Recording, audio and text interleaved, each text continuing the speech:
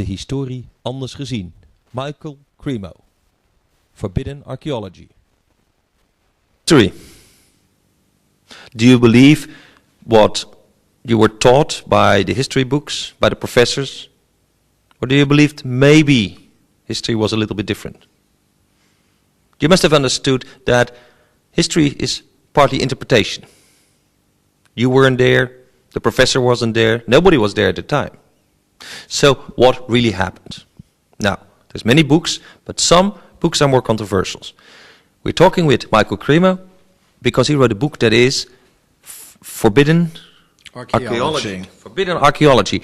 And he basically claims that history isn't what we think or what we are taught it is. What is your opinion about history? Well, generally we're told about the history of our human species that we came into existence about 100,000 years ago, and before that there would have been only ape-man-like ancestors of our kind. But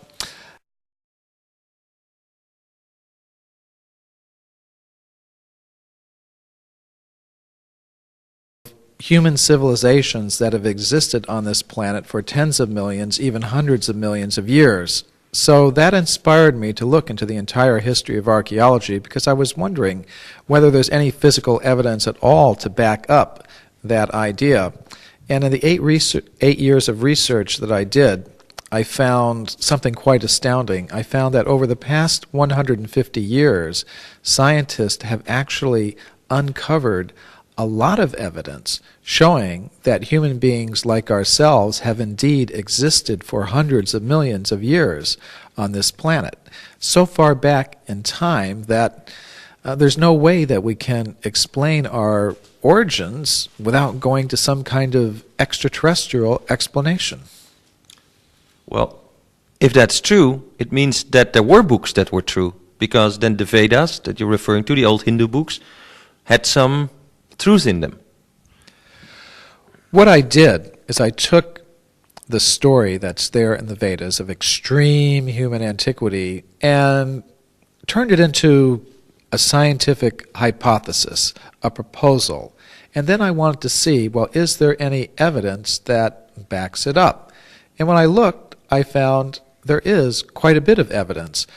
For example, right here in this part of the world, if someone were to go to the Royal Museum of Natural History in Brussels, they'd find, not on display to the public, but in storage, stone tools that were discovered earlier in this century by the Belgian anthropologist A. Routot. And these stone tools are about 38 million years old. Now people just cannot comprehend that human beings could have existed in Europe 38 million years ago, but the discoveries are there. They're not on display.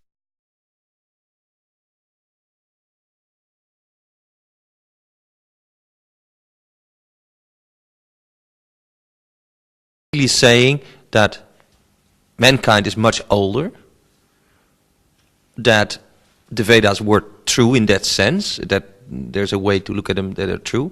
But what about us? I mean, when I was young, it was already Darwin, we had the church that said, well, maybe we're only 10,000 years old, and then there's Darwin. And he said, no, we're older. And there was opposition against it. To this day, there is opposition to Darwinism. They say, no, that's not true. And then came the time that people like Leakey in Africa came up with bones that were a couple of 100,000 years old. And you say, hey, multiply this by a factor of 10 or 20 or 100. That's quite a step. Yes, it is, and many people aren't prepared to take that step. For example, Richard Leakey said about my book, Forbidden Archeology, nobody should take it seriously at all. But many people are taking it seriously, and it's caused quite a bit of controversy within the scientific world. As a matter of fact, my purpose for being here in the Netherlands has been to speak to the archaeology departments at most of the major universities in this country, and also in Belgium. And these students and teachers of archaeology are generally quite astonished to find out that there's a lot of evidence that they don't know about. Now, this is due to what I call a process of knowledge filtration.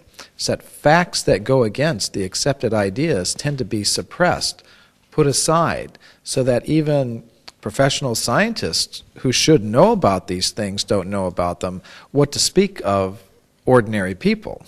Yeah, because we believe that, that there's a new finding somewhere, and, they dig up some building and they go in there and they have carbon dating methods, and they claim, oh, well, this is between, I don't know, this and this date, and it sounds very scientifically, and they back it up and they say, yeah, other findings around there were from that time, and there is a whole constellation of what you say might be a dream, not a dream, might be wrong, the wrong interpretation of the facts. Oh, that's entirely right. And then in some cases, there is some active suppression where they know something has been found that contradicts their idea, and they not only misinterpret it, but sometimes actively try to prevent people from knowing about the information. And one example I could give of that is some discoveries that were made in California in the last century during the gold rush. Miners were digging tunnels into the sides of mountains, and they were finding sometimes thousands of feet inside these tunnels human skeletons, spear points, stone tools of all kinds. And the rock in which these were found is about 50 million years old. Now, these discoveries, they were reported to the scientific world, but by the state geologist of California at the time, a man named J.D. Whitney. But another very powerful scientist in the United States at the time, William B. Holmes, said, well, we can't take these seriously because they go against the idea of human evolution. So this is this process of knowledge filtration in operation. If the evidence goes against the accepted ideas, then it gets pushed aside, even though it's very good evidence. And these objects that were discovered in these California gold mines, they're still in a museum controlled by the University of California at Berkeley. I happen to have been a consultant for a television program, the Mysterious Origins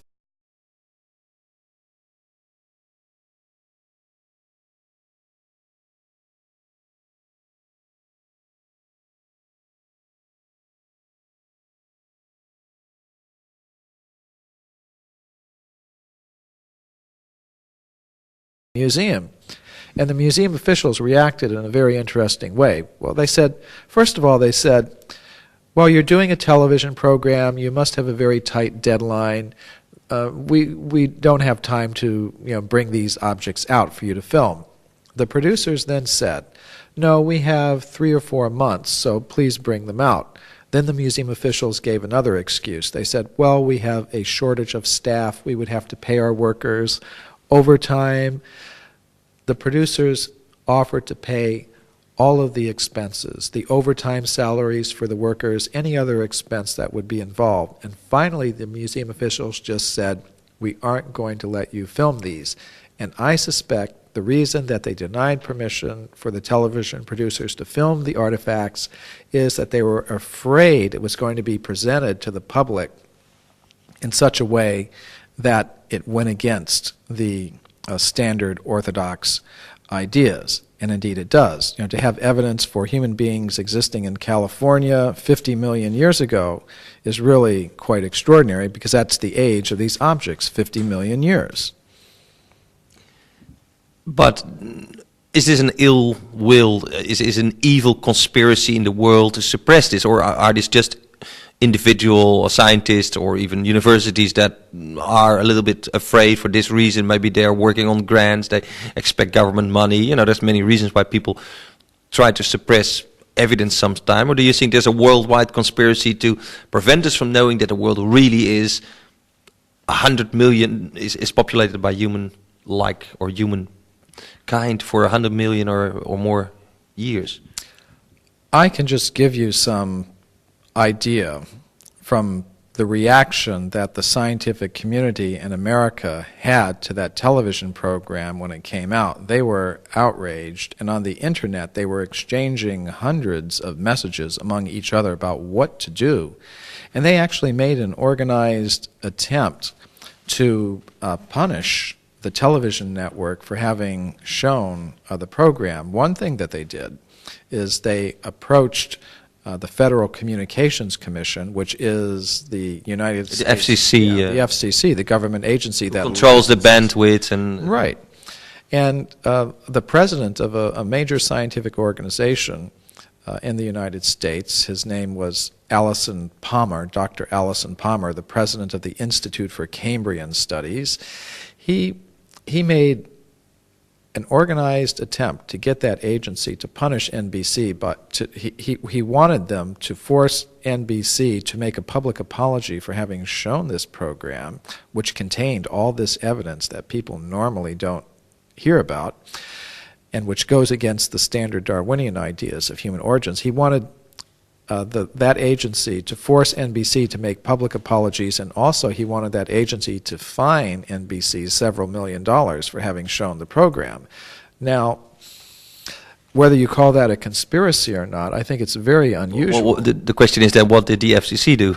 They didn't do it. I think 10 or 20 years ago, they may have taken some action. That kind of attempt to intimidate a television company may have worked back then. We had the example of Velikovsky, who... The man who claimed that what we see as a story, as a Greek story about the mythology of gods were stellar objects and planets that bumped into each other and stuff like that. So he had a theory that really shook the world at that time. Well, and he published a book about it called Worlds in Collision. It was published by a big American publisher, and the scientific community, they told that publisher, if you don't withdraw this book, we're not going to purchase any textbooks from you. So since textbooks are a large part of the business of any publishing company, they responded by dropping the book from their list. And well, I happen to have it at home somewhere, yeah. So how did it come that the book still got out?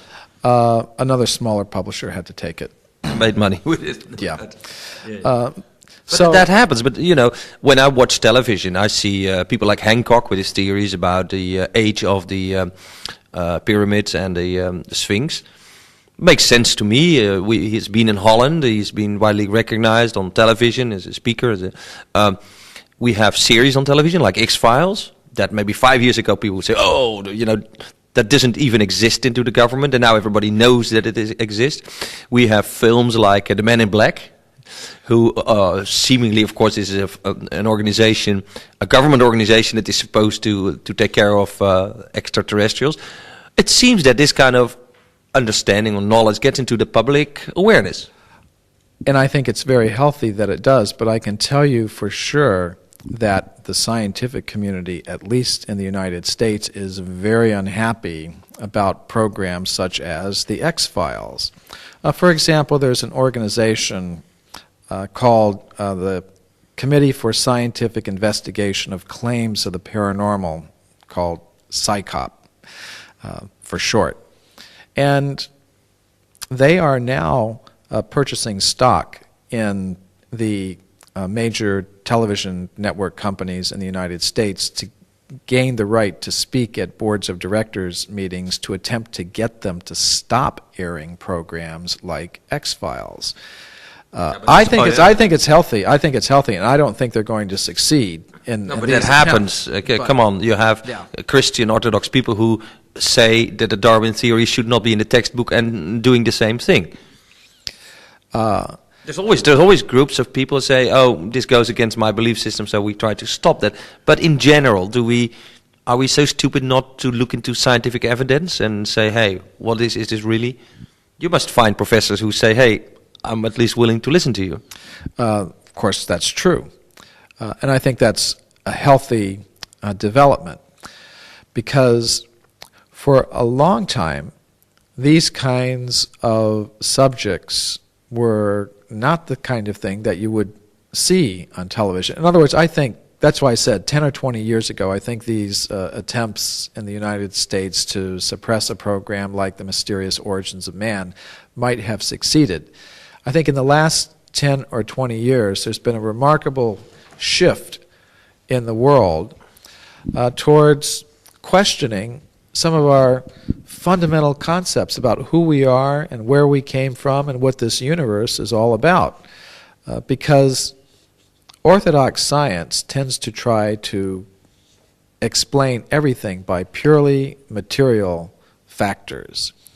And it's not really willing to consider, well, the existence of what we would call the paranormal, or anything that has to do with things that can exist apart from matter functioning according to the ordinary laws of physics. But so I think we're going through a cultural shift that I think is very important. Shift is important, but when you go to the East, any citizen would say, oh, cities or paranormal powers are very normal, and they might have seen it, or at least they believe that, and that's part of their normal awareness to say, oh yeah, that's belief. So is it not a cultural thing that in the past 100 years the West has got preoccupied by this rational thinking, scientific thinking, and that we just close our eyes to other possibilities, other existence?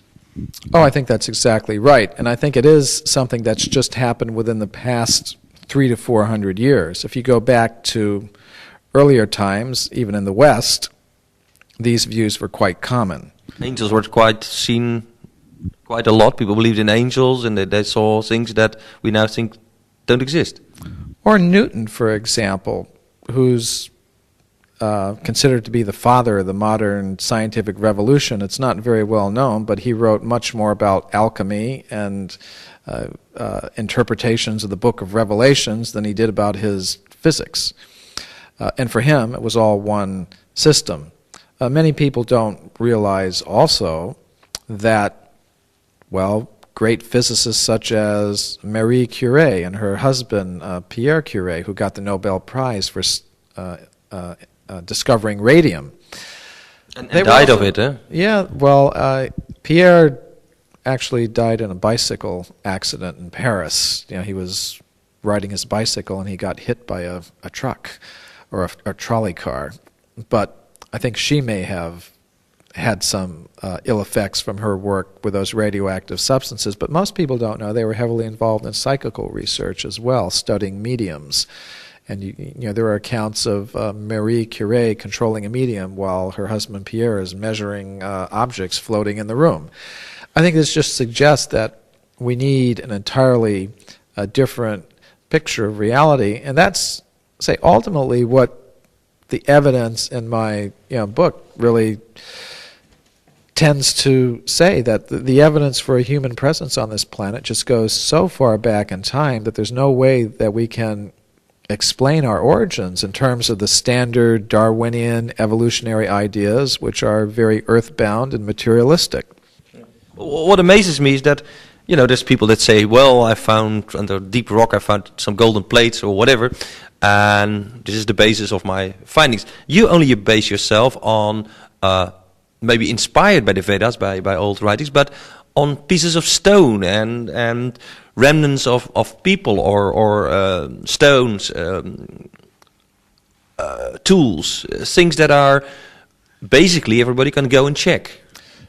Yes, well, I wanted to stick to the scientifically reported evidence because I was interested not only in communicating with people who are already inclined to agree with me, because there are many people in the world who are in the alternative science community and New Age community who already are attuned to these kinds of ideas. I was really interested in reaching out to those who are within the mainstream scientific community. So that's why in my book I concentrated on the evidence that is documented in the scientific literature. Now, this other category of evidence that you mentioned is also of interest to me, but I included it in an appendix because generally that type of evidence isn't reported in the scientific literature.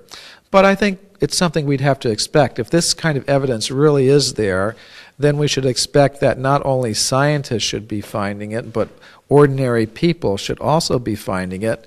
For example, one case I talk about in my book is the case in the last century, documented in an old newspaper article, of a woman named Mrs. Culp, who lived in the town of Morrisonville, Illinois, in the United States, who was putting a piece of coal into her coal-burning stove, and it was too big, so she broke it in half, and inside she found a gold chain, which is really pretty remarkable. I spoke to the Geological Survey of Illinois, and I asked them, well, how old is the coal in that particular location? Because from the newspaper article, I was able to tell exactly what mine that the coal came from. And they told me that that coal is 300 million years old. So there you have, well, some evidence of some human beings with some level of culture beyond, say, the stone tool level, existing 300 million years ago on this planet. Now, from the standpoint of those ancient Sanskrit writings of India, that wouldn't at all be surprising, or even from the standpoint of the ancient Greeks or other people in Europe, but in other times. But for the modern scientists, that is completely out of the question. They cannot even begin to let their mind even consider such a fact, because if they did, it would mean they would have to admit that their whole account, not only of human origins, but their whole account of the origin of life on this planet by standard evolutionary processes, is completely wrong. And I think they're quite resistant to making an admission like that. Yes. Maybe I would be scared to admit that, suppose I was a professor at the university, that my life's work is worth nothing because some Michael Cremo comes around and says, hey, I just push your baseline in time a few 100 million years back. It's quite something. But now, one step further. If these ideas about, say, basic reality, the basic plane we're living on, the lowest material level of the Vedas is true, then what about these other levels that they talk about, that this is only one of many realities, of one of dimensions, that there are other levels, that indeed there are angels and planets and whatever out there, many levels, and sometimes there's detailed descriptions of it. Is that all true too? The basic concept of, you could say, a cosmic hierarchy is found in the Vedas and many other cultures down through history. And I think there's some very good reasons for supposing that things may actually be like that. Our modern computer systems are like that. There are different levels and different computer networks, and you have to have specific passwords to enter into them. So our universe may be structured something like that. There may be many different levels, and on the different levels there are different kinds of beings with different powers and different abilities inhabiting them. One very interesting thing I found about this cosmic hierarchy of beings that is described in these ancient Sanskrit writings is that they say that in this present age that we live in, which is called the Kali Yuga, which started about 5,000 years ago, the communication links between the different levels were broken off, especially with the higher beings.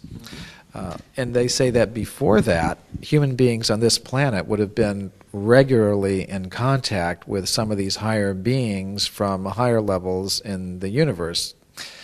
And if you look, for example, at the writings of the people who existed at that time, say about 3000 BC, 3,000 years before Christ, if you look at the writings of the Egyptians and the Chinese and the other great civilizations of the world, you'll find they apparently were in fairly direct communication with such beings. Now, one thing you could predict from the ancient Sanskrit writings of India, given the age that we're in, Kali Yuga, is that the contacts with the beings from the higher levels would be interrupted now, but we should still be contacting beings on the lower levels of the hierarchy, the darker forces.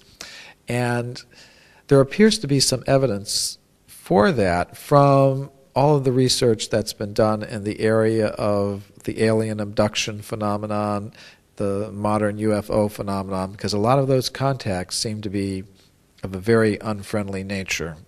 Mm-hmm. So that might be a piece of evidence right there that these contacts are occurring, but perhaps not with what might be called the demigods or angels, but with other kinds of creatures at different levels of this hierarchy.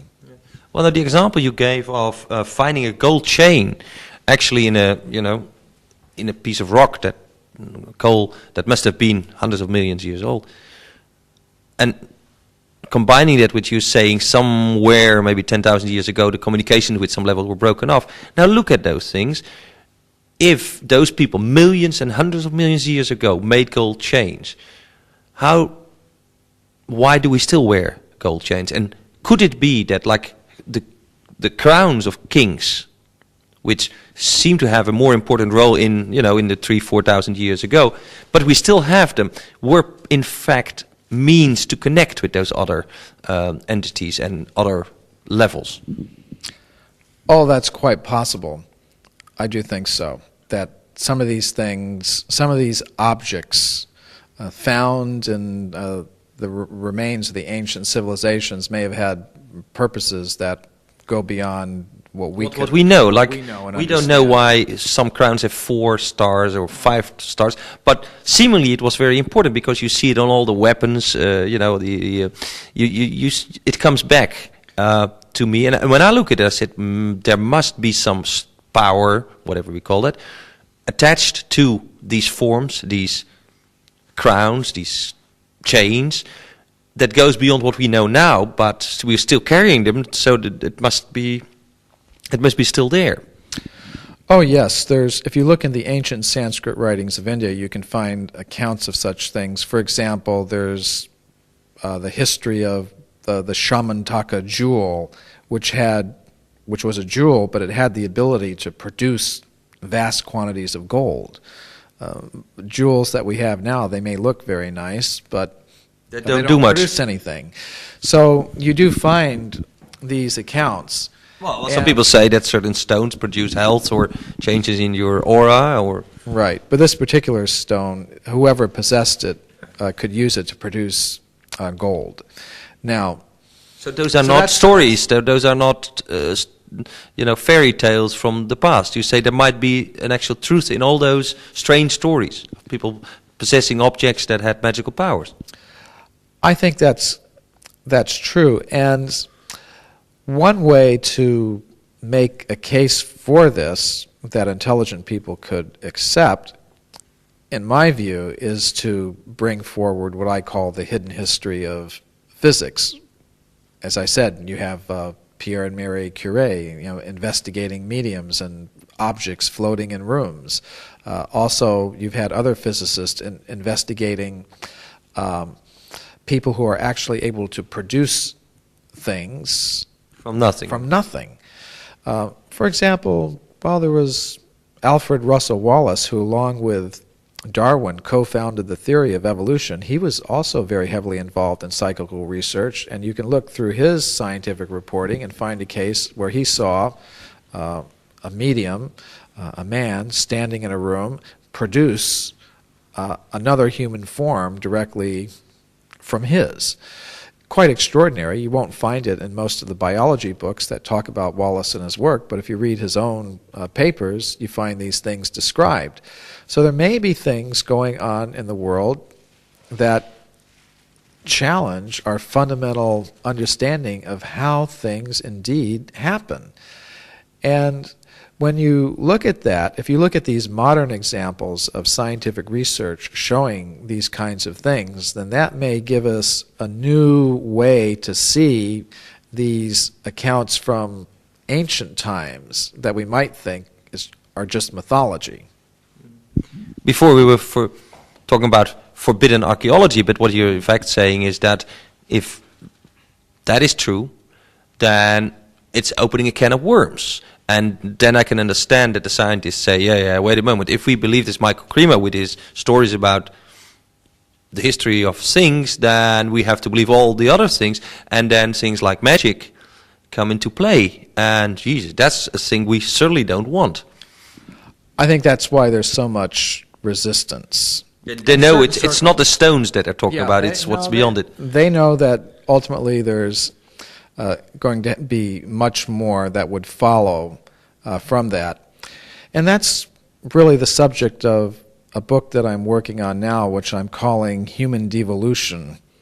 And the basic point I'll be making in that book is that, well, where did we come from? This is a question that comes up when I speak to the archaeologists in the universities. I say, well, if we accept the evidence in your book, the stones and the bones showing that human beings have been present here for millions and millions of years, and we didn't evolve from the apes, as Darwin said, then where did we come from? And all of the evidence, if you look at it, the stones, the bones, and this other kind of evidence that we've been discussing, the paranormal evidence, I think if we put it all together, it adds up to a picture that, well, we've devolved from some position higher, from some higher level in the universe, from some other dimension of this universe. We've come down here, we've devolved. We haven't evolved up from the apes on this planet, we've devolved from some higher position in the universe, and we're really meant to go back to wherever it is that we came from. Yeah, but if that's true, then the whole thing is cyclical, and one day we will go up again. Isn't that not automatically? I don't think. Not in this lifetime, probably. But well, that gets you into the whole idea of transmigration, where we might make a certain amount of progress in this life and then carry on where we left off. And I think many people are doing that in this life. They're picking up where they left off in their spiritual evolution and taking however many steps they can in this life to complete that journey back to where they originally started out from. But that's a very Eastern view. That is that goes back to the Vedanta. That's where you basically come from now. You are a what we would call Hindu or Vedic person. You believe in that cyclic aspect of nature. Yes, I've visited India many times over the past 25 years, and my personal practices are, from that tradition. Well, the Bhaktivedanta Institute, which I'm a member of, that's where I do my scientific research. It's the science studies branch of the International Society for Krishna Consciousness, which is it's a Western representative of what's called the Bhakti Yoga tradition in India, the yoga of devotional ecstasy. And for those people, so the people who have been growing up in that tradition, this idea of more dimensions, human beings, humankind living for eons and eons is not so strange as for us. Not at all. It's the natural way of thinking for them, yes. So, you think we're catching up a little bit to the Eastern thought?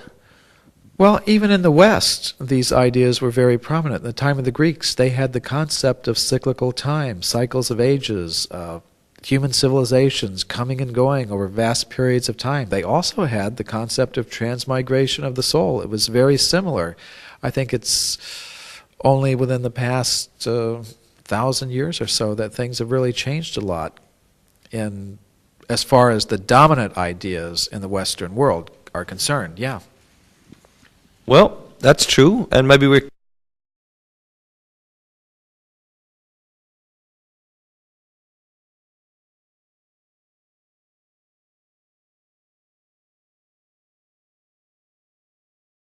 humans, us, flesh and blood, are here not for 10,000 years, not for 100,000 years, but for hundreds of millions of years.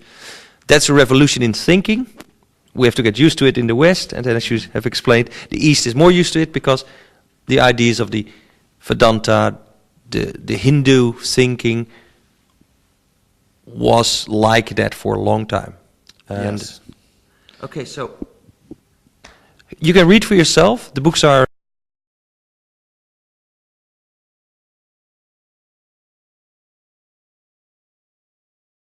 year, and I hope to be coming back, especially when the Dutch edition of The Hidden History of the Human Race comes out. I'm not exactly sure when that's going to happen, but when it comes, we hope to see you here again, and tell the people where they can come and ask you the question that I asked you from my limited knowledge of forbidden archaeology. Thank you. Thank you. It's been a pleasure being on your show.